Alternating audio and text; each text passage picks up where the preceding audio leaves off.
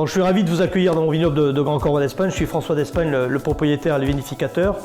Donc je vous propose de vous immerger dans mon cru en vous présentant tout ce que nous sommes capables de faire. Et donc on est parti pour une nouvelle séquence de « Viens déguster chez moi ».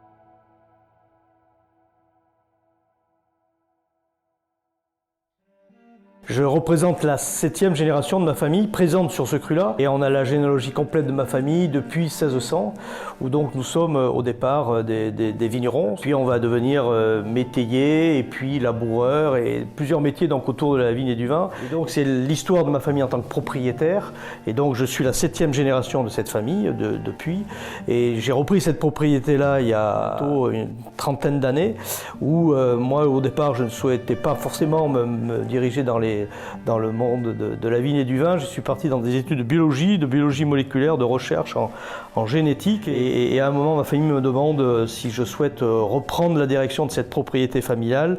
Et je décide donc, à partir de 92, mais vraiment à temps plein en 1996, de reprendre ce vignoble.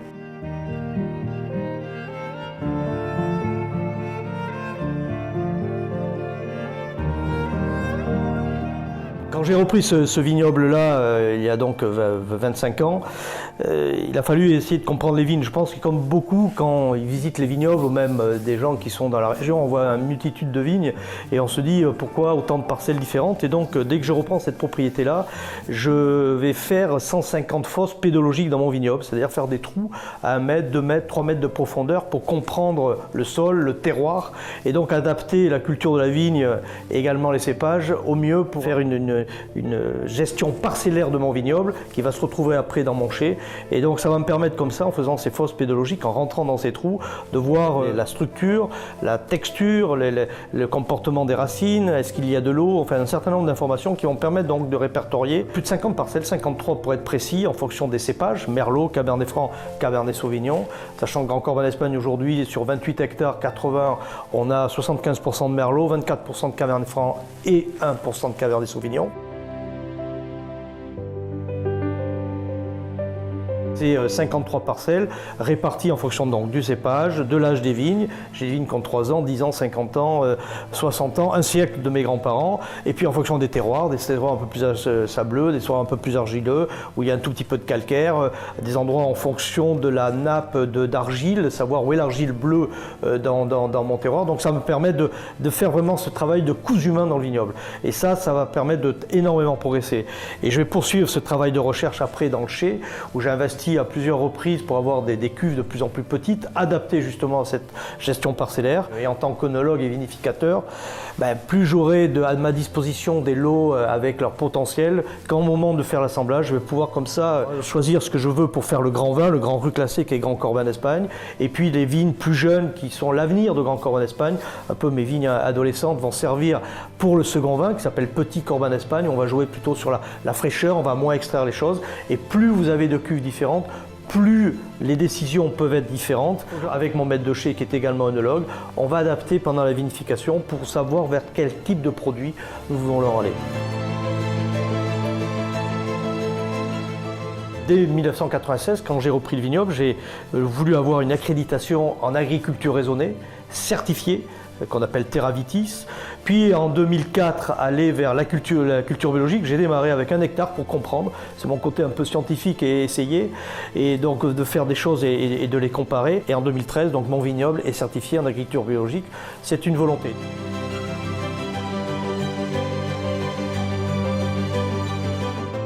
On est des vrais vignerons. Moi, j'habite sur place.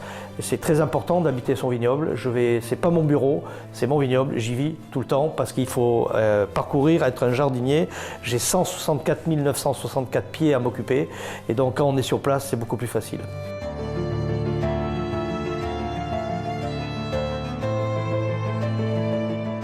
Alors, les pressoirs verticaux que vous avez vus, qui sont très anciens, et c'est vrai que quand je suis arrivé ici, ils avaient déjà 50 ans, je me dis, est-ce que je vais garder ces pressoirs, est-ce que je ne prends pas des pressoirs différents? Et donc, à partir du même cuve, j'ai pressé le marc et mis après dans des barriques différentes pour comparer la qualité.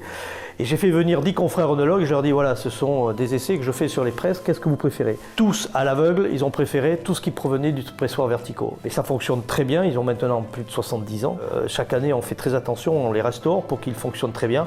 Pourquoi tout le monde a abandonné ces pressoirs verticaux? Vous savez, en fait, la viticulture, c'est comme l'agriculture. Dans les années 60, il a fallu aller plus vite. Et donc, les pressoirs verticaux, il faut 4 heures pour presser un certain volume. Les pressoirs continus qui sont arrivés dans les années 60, en un quart d'heure, on avait le même résultat, donc les gens se sont dit on gagne du temps, c'est mieux. Non, pour faire du grand vin, il faut prendre son temps. Et les pressoirs verticaux, c'est quelque chose qui donne de très bons résultats.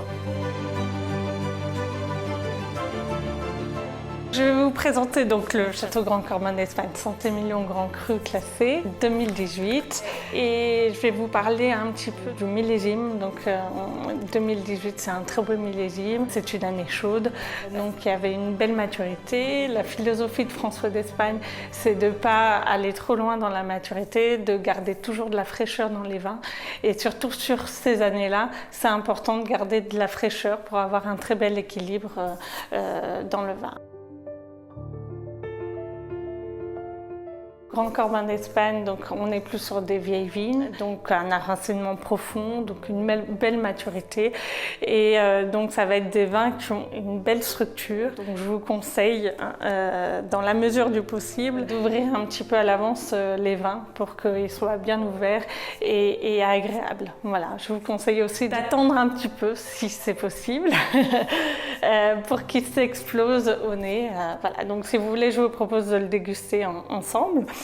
Alors un petit conseil aussi, c'est de rincer le verre avec un petit peu de vin, parce que si votre verre sent mauvais, le vin va sentir mauvais. Il faut savoir que le vin prend toutes les odeurs. Donc pareil, si vous voulez carafer un vin, c'est très important de rincer votre carafe avec toujours un peu de vin pour éviter les mauvaises odeurs. Alors je vous conseille de donc le servir comme ça, un tout petit peu, il n'y a pas besoin d'en avoir beaucoup. On avine le verre, voilà, et on le verse ici. Je vous conseille d'abord de prendre une petite serviette blanche pour voir la couleur du vin. La meilleure lumière pour analyser la couleur, c'est la lumière du jour en fait. Et c'est important de regarder le contour, parce que si vous regardez au milieu, forcément c'est rouge, ça ne va pas vous amener d'éléments. Donc regardez le contour et vous allez voir que là il y a des petites notes, c'est rouge avec des petites notes violettes. Ça nous donne une petite indication sur l'évolution du vin, puisqu'on est dans la jeunesse en fait. Et au fur et à mesure des années, le vin va évoluer et on aura des couleurs rouges avec des reflets orangés. Donc ça ne va pas nous donner l'âge du vin, mais ça nous donne une indication sur l'évolution du vin. Donc là, on peut dire que c'est dans sa jeunesse, qui est normal puisqu'on est sur un millésime 2018, sur un vin structuré. Donc plus on a un vin structuré, plus le vin va évoluer doucement. On va passer sur le nez, donc ça c'est très important de bien décortiquer les différentes étapes. Il y a 2 nez. Le premier nez, on n'aère pas le vin, donc on va juste le sentir comme ça. Et le second nez, on aère le vin et on ressent derrière. On va avoir des notes de fruits rouges, comme la fraise, la framboise. On a aussi des notes poivré, épicé, donc comme le poivre. Toutes ces notes, c'est important de déceler le premier nez et le second nez, parce que le premier nez, en fait, ça va être les arômes les plus volatiles qui vont ressortir, donc on va avoir certains arômes. Et le second nez, ça va être des arômes un peu plus lourds, donc il va devoir l'aérer, on va devoir l'aérer, le remuer pour ressortir les différents arômes. Et si le premier nez est moins intense que le second, ça va en fait, on va se dire que c'est un vin qui a besoin d'aération. En fait, ça nous donne des petites indications. Voilà, quand vous savez pas s'il faut l'ouvrir à l'avance ou pas, ça nous permet de donner des petites indications comme ça. Donc là, effectivement, on remarque que le second nez est plus intense, donc ça prouve que le fait d'aérer le vin, ça va développer les arômes. Après en bouche, Donc en bouche, vous avez déjà un très bel équilibre en fait entre le gras et l'acidité. La maturité du vin qui va donner cet équilibre. Donc la date de vendange est vraiment primordiale. Là, on voit que c'est déjà un vin très agréable alors que c'est un vin qui est encore un petit peu jeune. Et là, ce qu'on peut dire aussi, c'est que c'est très long en bouche. Là, je n'ai plus le vin en bouche depuis un moment, mais pourtant, j'ai l'impression d'avoir encore le vin en bouche. Donc ça, c'est ce qu'on appelle la longueur, les caudalies. Plus c'est long, plus c'est un vin qui va pouvoir se garder, en fait. Donc ça, c'est intéressant. Donc voilà, nous avons fait une visite, je dirais, virtuelle de Grand Corval Espagne. Donc maintenant, il n'y a plus qu'à vous accueillir physiquement. Vous êtes évidemment les bienvenus. Les portes sont grandement ouvertes pour vous proposer l'atelier que vous souhaiteriez. Donc vous avez d'autres magnifiques joyaux du vignoble bordelais et français à découvrir. Et donc, je vous souhaite de belles nouvelles aventures avec Viens déguster chez moi.